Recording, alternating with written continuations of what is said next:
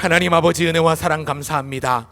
오늘 이 밤에도 함께 모여 나가는 주의 종들을 기억하여 주시고 하나님 때마다 시마다 우리 앞에 당하는 모든 어려움들이 주님 앞에 기도하며 간구함으로 해결되는 것을 경험케 하여 주시옵소서. 바라기는 하늘의 신령한 복으로 복 주신 그 은혜들을 기억하며 우리의 예배가 우리의 기도가 회복되고 회복을 넘어 부흥으로 이어질 수 있도록 주님 도와주시옵소서.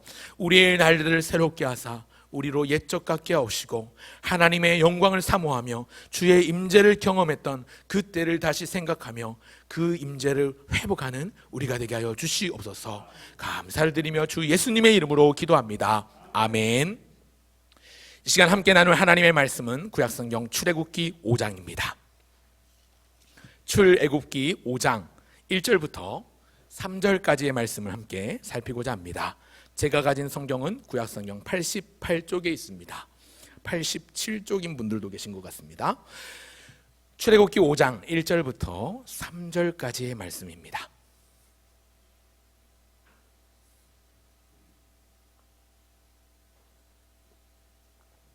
출애굽기 5장 1절부터 3절까지인데요.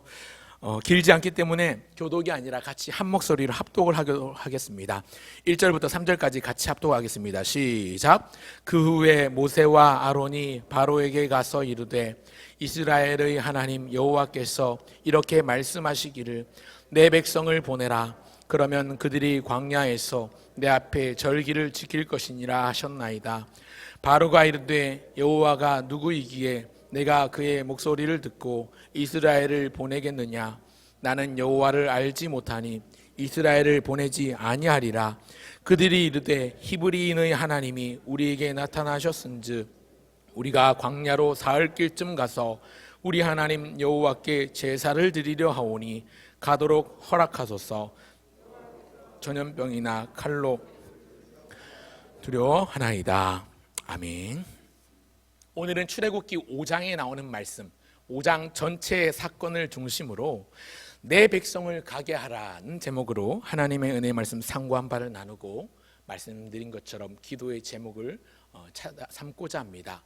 특별히 저는 이제 정부의 지침에 따라서 단계적 일상 회복 정책으로 바뀐 만큼 정부의 규제가 완화되고 있고 여러분들 다녀보셔서 아시겠지만 길거리 또 주점, 카페, 식당 할 것 없이 북적북적대는 사람들이 많은데 여러분 주변을 한번 돌아와 보십시오. 빈자리가 지금도 얼마나 많습니까? 교회만큼은 참 썰렁합니다. 그렇기 때문에 예배 그리고 예배의 회복을 위해서 시간 집중적으로 기도하며 나가기 원하는데 그러기 위해서 본문을 묵상하는 가운데 예배를 주제로 기도의 제목을 뽑아보았습니다. 출애굽기를 계속해서 금요일마다 제가 말씀을 전하고 있는데요. 출애굽기 3장에서 하나님은 모세를 부르셨습니다. 떨기나무 가운데 불꽃으로 임재하신 하나님께서 모세를 부르셔서 사명을 주셨습니다. 내 백성을 애굽에서 나오게 하고 그들을 이끌어 지시할 땅으로 가라고 명하셨지요. 그리고 그 가운데 처음에 무조건 순종한 게 아니고 나는 못합니다. 나는 입술이 둔하고 뻣뻣한 자입니다. 그렇게 사양할 때 하나님께서 모세에게 무슨 말을 해야 할지 구체적으로 세세하게 가르쳐 주시고 또 아론이 함께 하도록 또 지팡이의 기적을 보여주시면서 용기를 북돋아 주셨습니다. 요점은 내 백성을 애굽에서 이끌어내라는 것이지요. 그리고 바로에게로 가서 이것을 행하라 라고 하셨습니다. 그 말씀에 순종한 것이 5장 본문인데요. 5장에 보면 이제 하나님께서 명령하신 대로 그 말씀에 순종해서 모세와 아론이 바로 앞으로 나아갑니다. 여호와께서 내 백성을 보내라 명하셨으니 이제 이스라엘 백성들을 보내달라, 풀어달라고 합니다. 이에 대한 바로의 반응은 어림없는 소리. 너희가 편하니까 별의별 소리를 다 하는구나. 너희가 게을러서 그런 소리를 하는구나. 그러면서 더 힘든 노역을 부과합니다. 그래서 히브리 사람들, 이 이스라엘 사람들의 노역이 더 중해지고 심해지니까 그것을 바라보는 모세가 너무나도 고통스러워하고 힘들어합니다. 그러면서 하나님께 기도하는 모습으로 5장이 마무리되고 있는 것을 볼 수가 있는데요. 하나님께서 모세를 부르셔서 오늘 읽은 본문처럼 내 백성을 보내라, 내 백성을 보내라 이렇게 바로에게 말씀을 전하시는 이유는 하나님께서 히브리 사람들, 이 이스라엘 백성들을 애굽의 종살이에서 해방시키려고 하는 겁니다. 그런데 하나님께서 이스라엘 백성들을 애굽에서 노예 종살이에서 해방시키려는 그 목적이 무엇이냐면 바로 예배입니다. 예배입니다. 여러분, 예배는 인간의 창조의 목적이기도 합니다.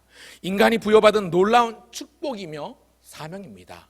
읽진 않았습니다만 제가 주일 오후 예배 때 전할 말씀이기도 한데, 이사야 43장 21절에 보면 이 백성은 내가 나를 위하여 지었나니 나의 찬송을 부르게 하려 함이니라. 인간을 지으신 목적이 나의 찬송을 부르게 하려 함이로다. 사람의 제일 된 목적은 하나님을 영화롭게 하고 그분을 영원토록 즐거워하는 것인데, 그 행위가, 그 열매가 예배라는 것입니다. 오늘 하나님께서 이스라엘 백성들을 노예 종살이 애굽에서 이끌어내시고자 하는 이유는 그들을 물론 사랑하시기 때문이지만, 그들을 그렇게 사랑하시는 이유는 근본적으로 예배에 있습니다. 예배에 있습니다. 이 이스라엘 사람들은요, 그동안 이 400년이 넘는 시간 동안, 근 430년 동안 애굽에서 종살이하며 노예로 살면서 예배라는 것을 모르고 지냈습니다. 예배를 잊고 살았습니다. 모세와 아론이 바로에게 가서 전한 말씀이 무엇입니까? 1절을 다시 한번 다 같이 읽어볼까요? 1절 다 같이 읽겠습니다. 시작. 그 후에 모세와 아론이 바로에게 가서 이르되, 이스라엘의 하나님 여호와께서 이렇게 말씀하시기를 내 백성을 보내라. 그러면 그들이 광야에서 내 앞에 절기를 지킬 것이니라 하셨나이다. 내 백성을 보내라. 그러면 그들이 광야에서 내 앞에 무엇을 지킨다고요? 절기를 지킨다고요. 절기를 지키려 하시려는 겁니다. 또 읽었지만 3절 중간을 보십시오. 우리가 광야 사흘길쯤 가서 그 다음 우리 하나님 여호와께 무엇을 드리려 하오니? 제사를 드리려 하오니 가도록 허락하소서. 우리 하나님 여호와께 제사를 드리려 하오니 가도록 허락하소서. 모세가 바로에게 전한 하나님의 메시지는 내 백성을 보내라인데, 내 백성을 보내라라는 이 말의 의미는 내 백성으로 하여금 예배하게 하라는 것입니다. 예배하게 하라. 말씀드린 것처럼 인간의 창조 목적에 맞게끔 인간이 누릴 수 있는 최고의 고귀하고 영광스러운 복을 마음껏 누릴 수 있게끔 하라는 것입니다. 저와 여러분도 세상이라는 거대한 애굽의 세력에 눌려서 예배하지 못할 때가 참 많습니다. 성공주의라는 우상에 사로잡혀서 정처 없이 정신없이 살아가면서 예배는 뒷전으로 밀리는 경우들이 참 많습니다. 주일에도 쉬지 않고 열심히 돈을 벌려고, 주일에도 쉬지 않고 출세하고 성공하고자 열심히 달리는 사람들이 있습니다.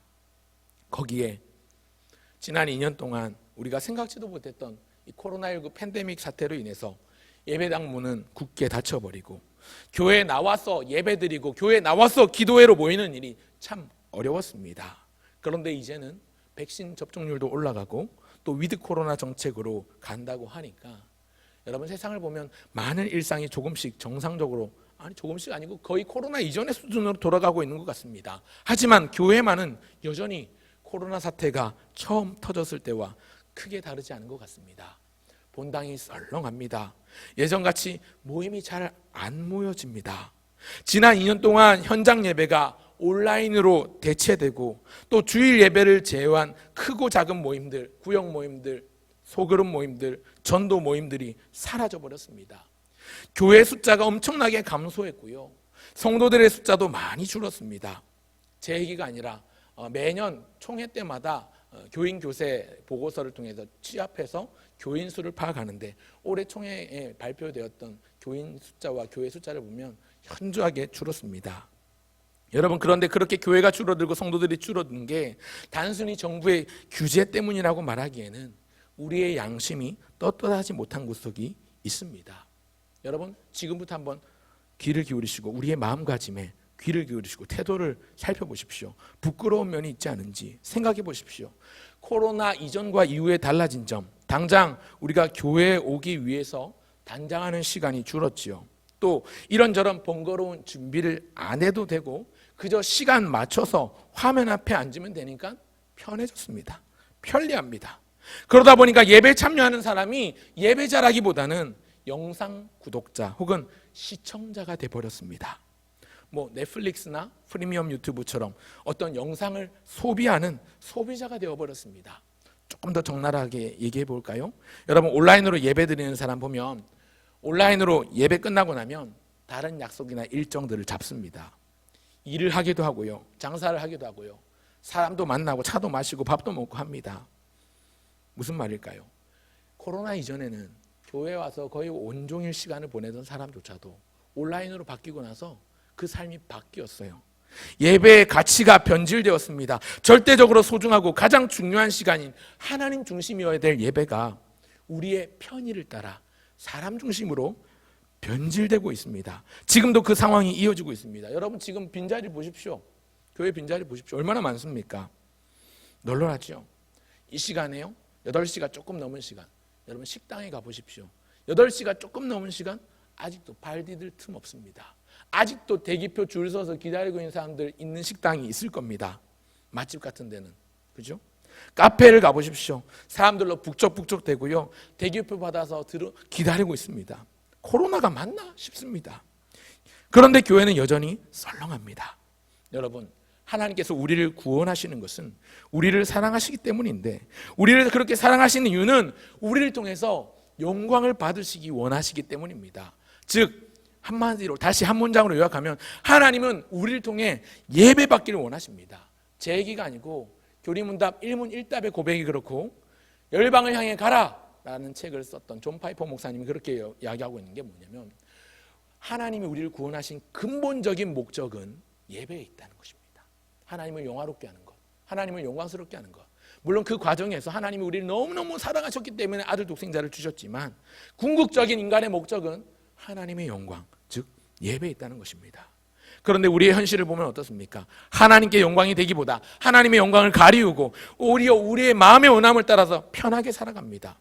더군다나 코로나로 인해서 여러 가지 예배 자리에 나오는 것이 어려워지니까 잘 됐다, 핑계가 생겼습니다. 변명거리가 생겼습니다. 온라인으로 예배 드리고 온라인이 편리하니까 하나님 중심의 예배가 아니라 나 중심의 예배, 사람 중심의 편한 예배를 드리려고 합니다. 이런 현실에 사는 우리를 향해서 오늘 하나님은 말씀하십니다. 가서 내 백성을 가게 하라. 내 백성을 가게 하라. 내 백성을 가게 하라는 이 말은 내 백성으로 예배하게 하라는 말입니다. 예배 드리는 게 얼마나 소중하고 얼마나 귀하고 얼마나 복된 것인지를 잊어버린 그것조차도 모르며 살고 있는 우리의 모습을 봅니다. 그러나 하나님의 말씀은 어떤 경우라도 예배의 복을 빼앗겨서는 안 된다고 선포합니다. 오늘 예배를 통해 우리가 받아 누리는 복이 무엇인가 3가지로 요약하고자 합니다. 지금 온라인으로 예배 드리시는 분, 가급적이면 앞으로는 교회로 나오시기 바랍니다. 특별히 오는 주일부터는 주일 예배는 철저하게 나오셔서 예배하시면 좋겠습니다. 그 이유를 조금 잠시 뒤에 다시 설명드리겠습니다. 예배를 통해서 우리가 누리는 복이 3가지가 있는데요. 첫 번째는 회복입니다. 회복. 하나님과의 관계를 회복하고 잃어버린 감사를 회복하고 잊혀져간 은혜를 회복할 수 있는 시간이 바로 예배입니다. 화려한 세속의 한복판이었던 애굽과는 달리 광야는 오직 하나님만을 바라보고 의지할 수 있는 최적의 장소, 조건을 다 갖추고 있습니다. 그렇기 때문에 오늘 이스라엘 백성들은 광야로 먼저 나가야 합니다. 애굽에 살다가 예배를 잊고 살았는데, 예배를 잃어버리고 살았는데 이제 광야로 나가야 합니다. 세상, 근심, 염려, 걱정, 세상의 모든 것을 다 내려놓고 이제 마음을 집중해서 하나님의 임재만을 바라보고 사모해야 합니다. 주님을 믿고 주님만 믿고 주님만 바라봐야 합니다. 여러분, 예배는 세상의 것들을 모두 다 뒤로 하고 하나님의 임재로 들어가는 시간입니다. 마치 우는 아이가 엄마 품에 안기면 그 울음을 뚝 그치듯이 하나님의 백성이 정처 없이 시달리고 고통할 때 하나님의 품으로 들어가면 그 고통이 끊어집니다. 하나님의 임재 안에 머물면 좀 이따 부르겠지만 찬송가의 가사처럼 세상과 나는 간 곳 없이 구속한 주만 보이는 것입니다. 번잡한 애굽의 한복판에서 정신없이 사는 사람은 결코 진정한 자기 자신의 모습을 바르게 볼 수가 없습니다. 그러나 광야로 나아가서 조용히 하나님의 임재 앞에서 하나님과 독대하면 자기의 진정한 모습을 발견할 수 있습니다. 하나님과 독대하는 그 시간, 하나님께 예배하는 그 시간, 예배자는 진짜 자기의 모습을 바라볼 수 있습니다. 이것이 우리에게 참 큰 복입니다. 왜 그러냐면 우리의 진정한 모습을 깨달아야 우리가 병들고 우리가 죽을 수밖에 없는 죄인이고 우리가 고침이 필요하고 회복이 필요한 사람인 걸 알아야 치유와 회복과 고침을 누릴 수가 있거든요. 사랑하는 성도 여러분, 인생이 힘들고 고단하시지요. 여러분, 내 인생에 고통이 있습니까? 그 고통이 없어지면 당장 기쁨이 올 것 같지요. 내 인생에 어려운 문제가 해결되면 즐거울 것 같죠. 마음이 평안히 찾아올 것 같지요. 그런데 여러분, 그렇지 않습니다. 진정한 기쁨은 고통이 없는 상태가 아니라, 진정한 기쁨과 즐거움은 고통의 부재에서 오는 것이 아니라 하나님의 임재에서 옵니다. 지난 주간에, 이번 주일 말고 지난주 한 주간 동안 담임 목사님 새벽기도회 때 창세기 말씀을 설교하셨는데요. 야곱의 아들 요셉은 참 파란만장한 롤러코스터 인생을 살았습니다. 형들에게 놀림을 받았고 버림을 받았고 미디안 상인들에게 팔림을 받아서 애굽의 노예로 있다가 보디발의 장군의 집에서 노예로 봉사하던 그 기간 동안 또 자기를 유혹하는 보디발의 아내 때문에 강간미수범이라는 죄를 뒤집어쓰고 억울하게 죄수의 신분으로 바닥을 치기까지 했습니다. 그런데 그런 가운데서도 요셉은 하나님의 내재하심을 경험했습니다. 창세기 39장을 보면 성경은 그가 말하기를 그가 형통하였다 말씀하고 있는데, 여호와 하나님께서 그와 함께 계심에 요셉이 형통한 자가 되었노라 라고 말씀합니다. 창세기 39장을 보면 요셉이 형통한 자가 되었다라고 말하는 그 시점은 요셉이 애굽의 총리 대신이 된 시점이 아니라 감옥에 갇혀 있을 때였습니다. 창세기 39장은 분명히 요셉이 억울하게 감옥에 갇혀 있을 때인데, 거기에 등장하는 여호와께서 그와 함께 계심에 그가 형통한 자가 되었다 하는 표현이 무려 4번이나 등장을 합니다. 무슨 말일까요? 여러분, 행복은 고통의 부재에서 오는 것이 아니라 하나님의 임재에서 옵니다. 즐거움과 기쁨은 고통의 부재, 어려움의 부재에서 오는 것이 아니라 하나님의 임재에서 오고 하나님의 내재하심에서 오는 것입니다. 이것이 진짜 형통입니다. 하나님이 함께 하시는 것이 기쁨과 즐거움을 누리는 비결입니다. 오늘 우리가 주일 예배로 모일 때 얻는 것이 바로 이것입니다. 또 주중에 기도회로 모이는 것이 주일 예배를 준비하기 위한 사모하는 마음을 더하고자 하는 우리의 믿음과 우리의 필요들 따라 간구하는 기도의 시간으로 주중에 또한 그렇게 모이는 것이지요. 길을 잃고 이리저리 어둠 속을 헤매던 우리의 삶을 정상적으로 정상궤도로 올려주시는 시간이 바로 주일 예배 시간인데, 우리는 그 하나님의 사랑과 긍휼로 말미암아 진멸되지 않습니다. 최근에 묵상하고 있는 예레미야 애가서의 고백 3장 22절에 보면 여호와의 자비와 긍휼이 무궁하심으로 우리가 진멸되지 아니함이니이다. 이것이 아침마다 새로우니 주의 성실이 크도소이다. 우리는 주일 아침마다 예배당에 나와서 이 여호와의 자비와 긍휼이 무궁하심으로 우리가 진멸되지 않고 또 한 주를 살았습니다. 그 하나님의 은혜를 기억하며 기뻐하며 감사하며 찬성하며 온전한 영과 진리로 성령 안에서 진리 안에서 예배를 드려야 하는 것이지요. 여러분, 모든 공적 모임에 은혜를 사모하며 이제 나아오십시오. 일상을 회복하십시오. 예배를 먼저 회복하십시오. 하나님의 임재를 갈망하시고 열정을 회복하십시오. 당장 오는 주일 예배부터 교회로 나오십시오. 지금 온라인으로 함께 하시는 분, 교회로 나오십시오. 교회로 나오셔서 함께 예배합시다.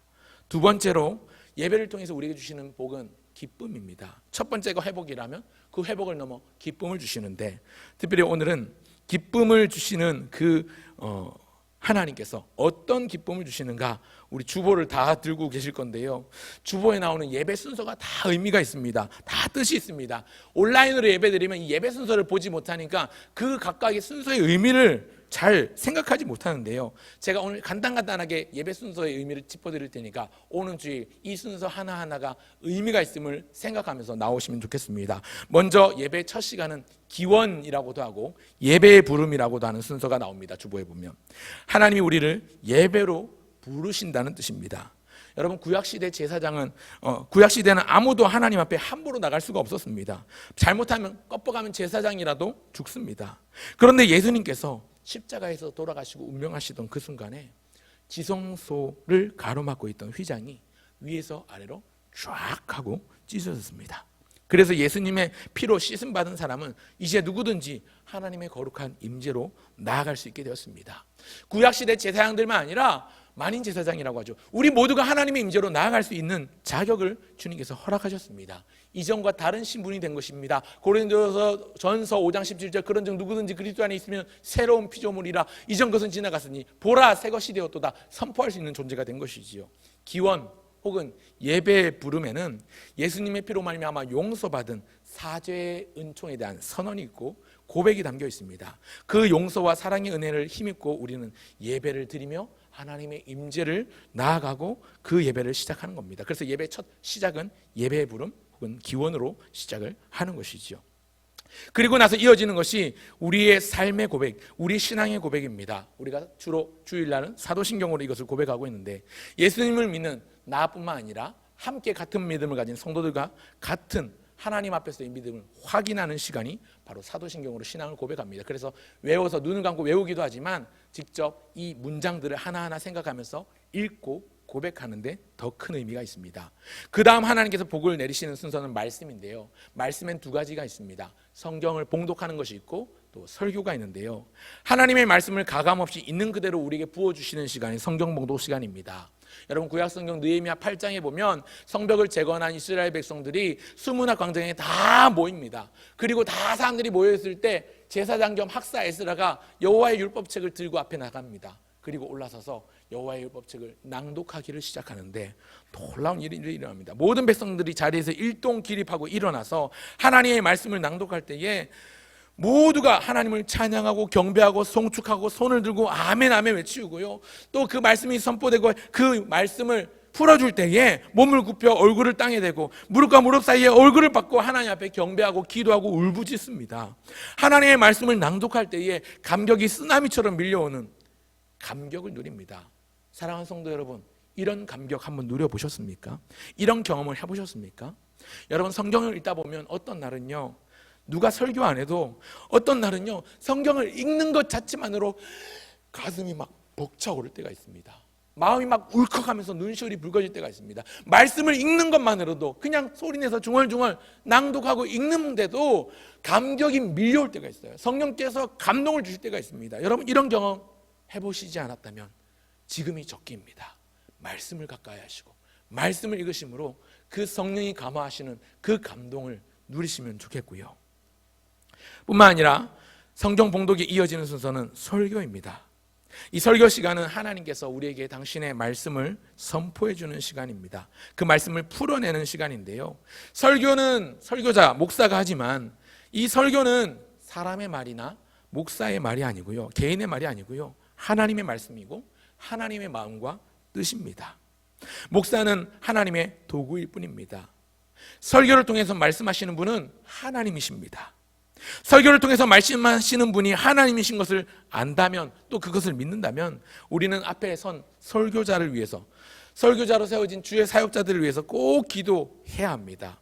하나님, 저 앞에 선 설교자가, 우리 목사님이 주님의 말씀만 대언하고 엉뚱한 소리 않도록 주님 성령으로 충만케 하여 주시옵소서 기도해야 합니다. 여러분, 그런 의미에서 우리 교회에 있는 모든 설교자들, 주의 종 사역자들을 위해서 꼭 기도해 주시기 바랍니다. 그리고 설교자를 통해 말씀이 주어질 때 우리의 마음은 어떻습니까? 주여 말씀하옵소서, 주의 종이 듣겠나이다. 이런 겸손한 자세로 들어야 합니다. 그러면요, 설교자가 무슨 말씀을 해도 은혜되지 않을 말씀이 없습니다. 혹여 나를 치는 말씀을 한다 하더라도 그건 사람의 말이 아니니까, 지금 목사님이 나한테 하는 말이 아니니까 서운할 게 없어요. 상처될 게 없어요. 하나님이 나에게 주시는 말씀이니까 은혜가 됩니다. 하나님이 나를 부르시는구나, 하나님이 나를 치시는구나, 하나님이 나를 깨시는구나, 하나님이 나를 돌이키길 원하시는구나 믿게 되면 은혜되지 않을 말씀이 없어요. 그 다음에 하나님이 복을 내려주시는 순서는 무엇입니까? 보통은 성례가 있습니다.